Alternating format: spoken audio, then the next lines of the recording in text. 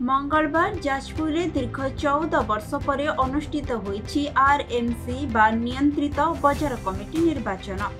निर्दिष्ट एक दल और व्यक्ति विशेषर अधीन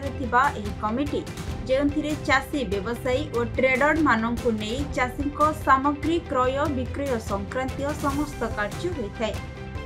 सब माने 2009 रु आमे एगुरा कौन कोठी होउछि आमे देखि नथिलु एगुरा केते बेले हुए जा हो सरकार चेंज परे आमे जानिलु जे आज गोटे आरएमसी रो भोट होउछि बोली आमे जानिलु भाबिलु आमे ता धरे अंशग्रहण करिम बोली जेहेतु आमे चासी तो करे हमर आधरे टोटल ना नाही यार विषय जमी नाही से एठी मेंबर आरएमसी के आमे अनुरोध करछु यार तुरंत समाधान करा जन चासी चाषी बहुत माने अंतसंत यार आंदोलन करेंगे चाषी आम तो यहाँ सर फास्ट टाइम दौर केवे दे नथिलु आमे मनोनीत करछु जागु ताकू वोट दबु आम जागु मनोनीत करछु ताकू ही वोट दबु। कोन रहि प्रत्येक केमति आपण आसले केमति कोन लाइन देखछन सर बहुत भीड़ तो होछि आमे लाइन रे अछु क्योंकि जेतेबेले समय होबा आमे वोट ता दबु दीर्घ 14 वर्ष धरी वाद विवाद और कोर्ट केस मध्य यह बंद रही। अन्यपटे चाषी होई मध्य भोट देबारु वंचित रहितबा मध्य अभियोग होईछि।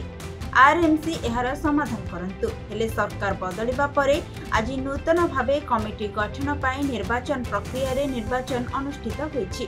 तेबे आज एही निर्वाचन फलाफल प्रकाश पाइबो।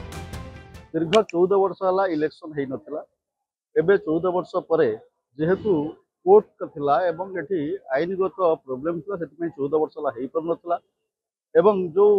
कृषक मानक पई जो कृषक मानक जो समस्या अछि ताको समाधान करिया पई गोटे कमिटी रही जो कि 14 जणिया कमिटी एतिरे 8 जण कृषक समाज रु 8 जण रहिबे एवं काउंसिलर जणे दीटा व्यासनगर एवं जाजपुर म्युनिसिपालिटी जणे काउंसिलर इलेक्टेड हेबे एवं एति सहित जणे सरपंच मध्य रहिबे तेणु टोटाली ऊपर 14 जण इलेक्टेड हेबे।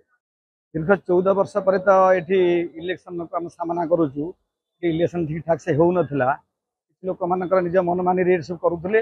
कृषक मान प्रकृत समस्या मान किसी बुझु ना जाऊ आज ये आम